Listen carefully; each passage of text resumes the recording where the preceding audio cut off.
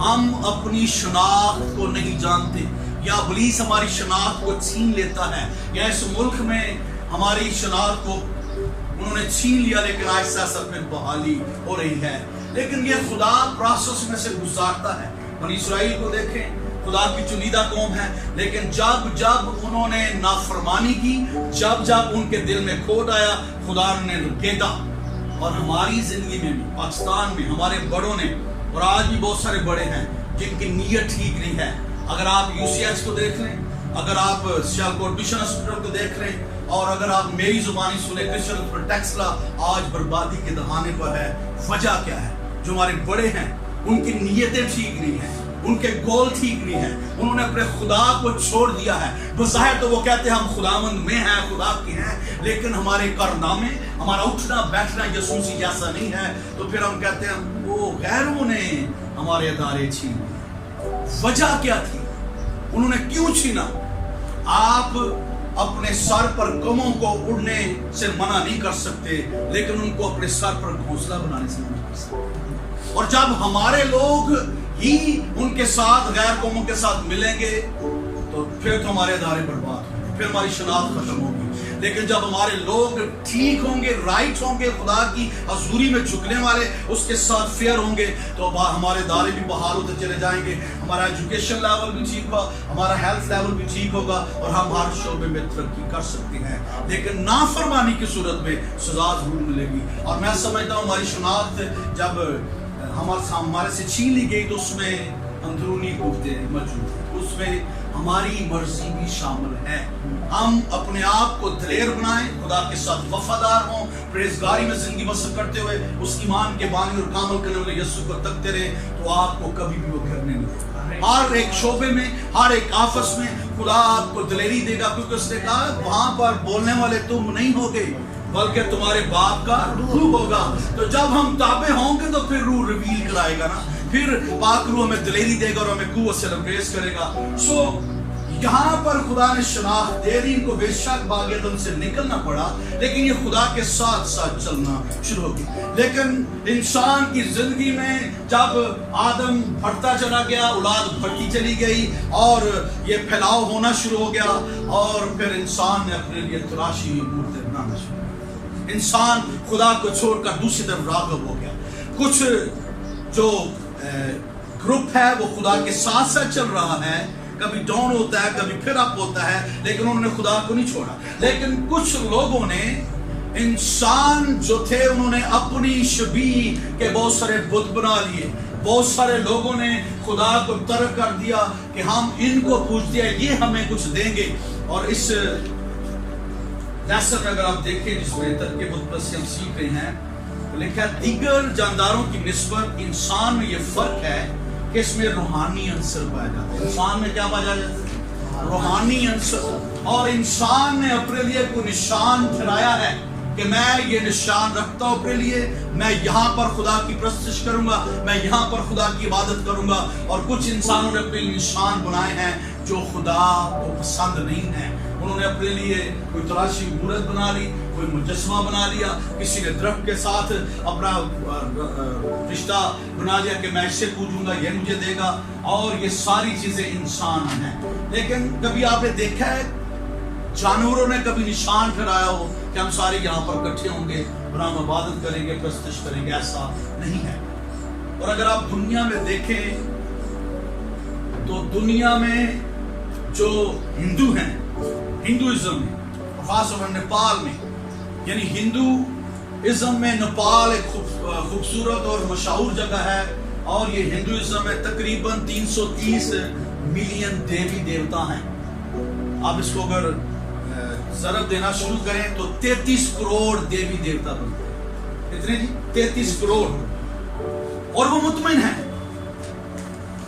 اور بڑی خوبصورت بات کہ ابلیس جو ہمارا دشمن ہے، جو انہیں مطمئن کیے ہوا ہے کہ وہ پوجا دیوی دیوتاؤں کی کرتے ہیں، لیکن وہ مطمئن ہے کہ ہم ٹھیک ہیں۔ اور مسیحیت میں بھی ایسے فرقے ہیں جو مجسموں کو پوجتے ہیں، جو مقدسوں کو پوجتے ہیں، جو رسومات پرستی میں ہیں، لیکن مطمئن ہے کہ ہم ٹھیک ہیں، ہم سب سے پہلی کلیسیا ہیں۔ یہ تو فیصلہ بائبل کرے گی کہ پہلی کلیسیا کون ہے. پہلی کلیسیا وہ ہے جو اعمال ارسل پر یعنی رسولوں کے اعمال پر بلیو کرتی ہے, اور خاص طور پر رسولوں کے اعمال 2 باب 38-39 آیت. مقدس پطرس کلام سنا رہا تھا اور لکھا لوگوں کے دلوں پر چوٹ لگی اور لوگوں نے کہا اے بھائیو ہم کیا کریں. پطرس نے کہا کہ توبہ کرو اور تم میں سے ہر ایک اپنے گناہوں کی معافی کے لیے بپتسمہ لے یسوع کے نام میں اور روح القدس کی نام میں پاؤ گے. یعنی ابتدائی کلیسیا کا گول کیا تھا؟ یسوع مسیح کا ارشاد اعظم کہ توبہ کرنی ہے, پانی کا بپتسمہ لینا ہے اور روح القدس کے بپتسمے کو دیکھنا ہے اور تعلیم پر عمل کرنا ہے, کیونکہ اس نے کہا میں دنیا کے آخر تک تمہارے ساتھ تو ہوں, لیکن جو میں نے حکم دیا, جو تعلیم دی ہے اس پر عمل کرنا. کیا ہم توبہ کی مرادی کر رہے ہیں ابتدائی کلیسیا کی طرح؟ کیا ہم پانی کے بپتسمے پر زور دے رہے ہیں؟ کیا ہم روح القدس کے بپتسمے پر زور دے رہے ہیں؟ اگر نہیں تو پھر ہم ڈنڈورا نہیں پی سکتے کہ ہم ابتدائی کلیسیا ہے. ہمارا جو پوپ ہے پہلا پطرس ہے اور ہم ابھی بھی کہانت میں پھر رہے ہیں. آپ دیکھیں کہ پطرس یسوع مسیح کی گدی نشینی پر ہے. یعنی پطرس پر خدا یسوع مسیح نے کہا تو کیسا ہے اور میں تجھ پر کیا بناؤں گا؟ اپنی کلیسیا.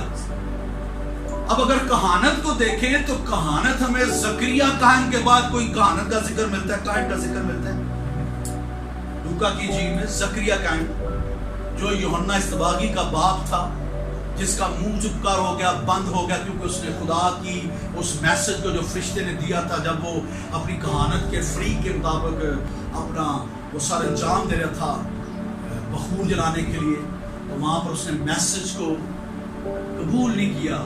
کہتا ہے کیسے ہو سکتا ہے؟ تو فرشتے نے کہا جب تک یہ نہ ہو تو چپ کر رہے گا. اس کے بعد ہمیں کہانت کا سلسلہ نہیں ملتا. اگر پطرس پر ہم اتفاق کرتے ہیں کہ پطرس یسوع مسیح کی گدی نشینی پر ہے, یعنی پطرس کے ذریعہ سے آگے سلسلہ چلا, تو یہ رسالت کا کام. پطرس کو کیا بنایا اس نے؟ رسول. اس نے پہلے چنا شاگردیت کے لیے, پھر مقرر کیا, رسالت دی کہ جاؤ سب قوموں کو شاگرد بناؤ. جاؤ کا مطلب بھیجا جانا, رسالت کے لیے خوشخبری دینا کہ مسیح یسوع کتاب مقدس کے مطابق ہمارے گناہوں کے لیے ہوا اور دفن ہوا اور تیسرے دن مردوں میں سے جی اٹھا. میں یہ کہنا یہ چاہتا ہوں کہ لوگ ظاہر کہیں گے کہ ہم نے بت پرستی کو ترک کر لیا ہے, لیکن بت پرستی چرچز میں ہو رہی ہے. غیر قومیں مین روڈ سے گزرتی ہیں اور چرچز میں مجسمے ہیں. یہ کیا ہے؟ بت پرستی. اور ہم کہتے ہیں یہ بت پرستی نہیں ہے, یہ بت شکنی ہے. کان ادھر سے پکڑو یا ادھر سے پکڑو. کلام میں خدا کہتا ہے کہ میرے حضور تو کوئی ہوئی تراشی مورت نہ بنانا, کسی مرد کی کسی عورت کی صورت نہ بنانا, کسی اور معبود کے آگے نہ جھکنا. یعنی یشعیاہ میں اگر آپ پڑھیں بارہا وہ کہہ رہا میں تمہارا خدا غیور خدا ہوں, میں تمہارا خدا ایک ہی خدا ہوں. سن اسرائیل, خدا ہمارا خدا ایک ہی خدا ہوں ہے. اپنے سارے دل, اپنی ساری جان, اپنی ساری طاقت, اپنی ساری عقل سے خدا اپنے خدا سے محبت کرے. تو وہ خدا جو کہتا ہے کہ میں غیور ہوں, میں تمہارا خدا ہوں, میں تمہارا فدیہ دینے والا, میں تمہارا بچانے والا, چھڑانے والا ہوں, وہ تو کسی دوسرے کو برداشت نہیں کر سکتا. تو پھر ہم مطمئن ہیں کہ کوئی بات نہیں, ہم دوپٹے تو چڑھا رہے ہیں, ہم بت پرستی میں بھی ہیں, لیکن ہم مطمئن ہیں کہ یہ مقدسہ ہے. یہ جھٹلایا نہیں جا سکتا کہ خداوند یسوع مسیح کی ماں, نہ کہ خدا کی ماں, خداوند یسوع مسیح کی ماں مقدسہ ہے, عزت کے لائق ہے, لیکن پرستش کے لائق نہیں ہے. ہم ادھر تو کہتے ہیں کہ یہ بتوں کی پوجا کر رہے ہیں, لیکن ادھر ہم قبر پرستی بھی کر رہے ہیں, ادھر ہم چڑھاوے بھی چڑھا رہے ہیں, کہتے ہیں کہ ہم بت پرست نہیں ہیں. لیکن کلام یہ واضح ثابت کرتا ہے کہ اگر ہم انہیں بت پرستی میں ہیں تو ہماری اندر بھی بت پرستی ہے. اگر یہ نہیں ہے کہ صرف ہم مجسمے بناتے ہیں تو یہ بت پرستی ہے, اور بھی بہت ساری بت پرستی کی اقسام ہے جو میں آگے چل کر آپ کو بتاؤں. لیکن ایک دیکھنا ہے کہ خدا سچا ہے, اور خدا یہ چاہتا ہے کہ ہمارے اندر سے ہر طرح کی بت پرستی ختم ہو. ہم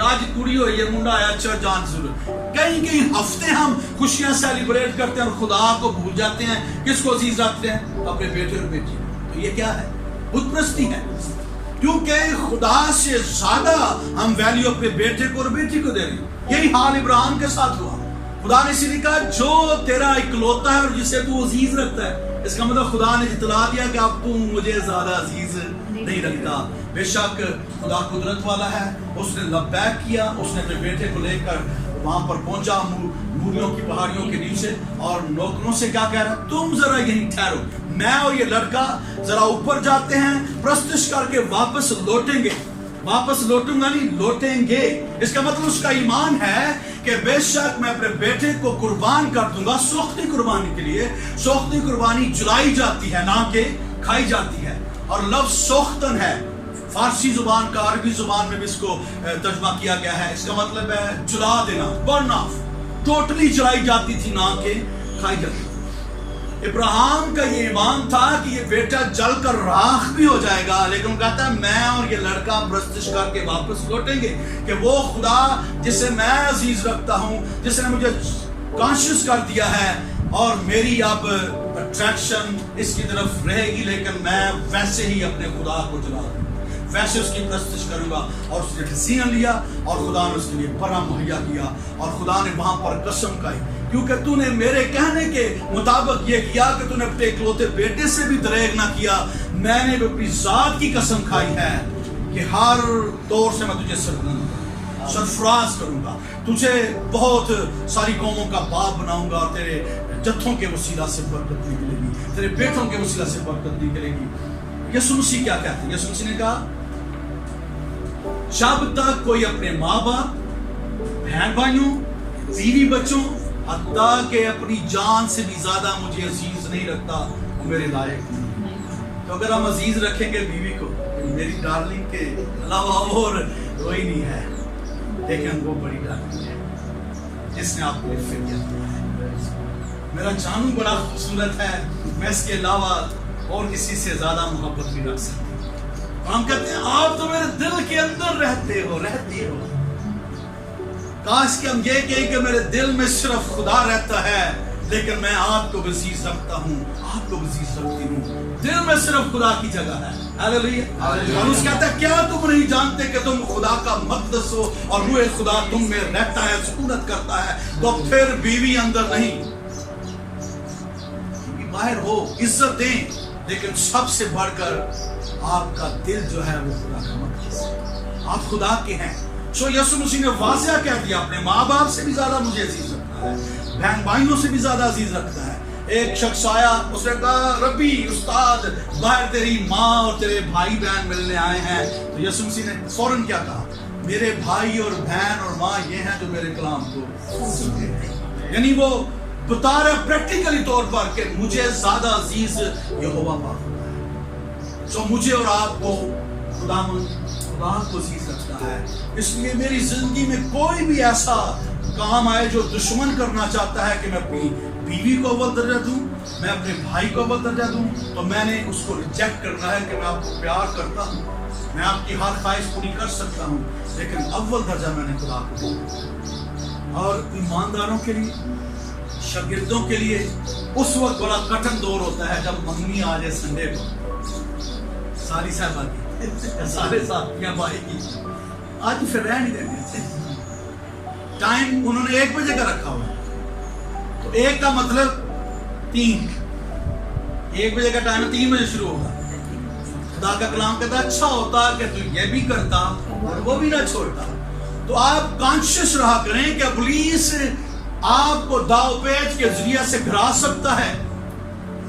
آپ انہیں کہ بھی آئیں گے ضرور, ٹائم نہ بتائیں ہم کس وقت آئیں گے, لیکن آپ کو پتا ہے 1 کا ٹائم ہے تو 3 بجے پروگرام شروع ہوگا, تو آپ کا چرچ 12:30 ختم ہو جاتا ہے.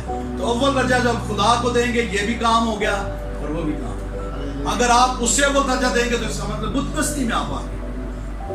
سو ہم نے بڑا کٹر بننا ہے اس معاملے میں. ابلیس کو جو کٹر مسیح ہیں, جو جنونی مسیح ہیں, ان سے نفرت ہے, ان کو گرانے کی کوشش کرتا ہے.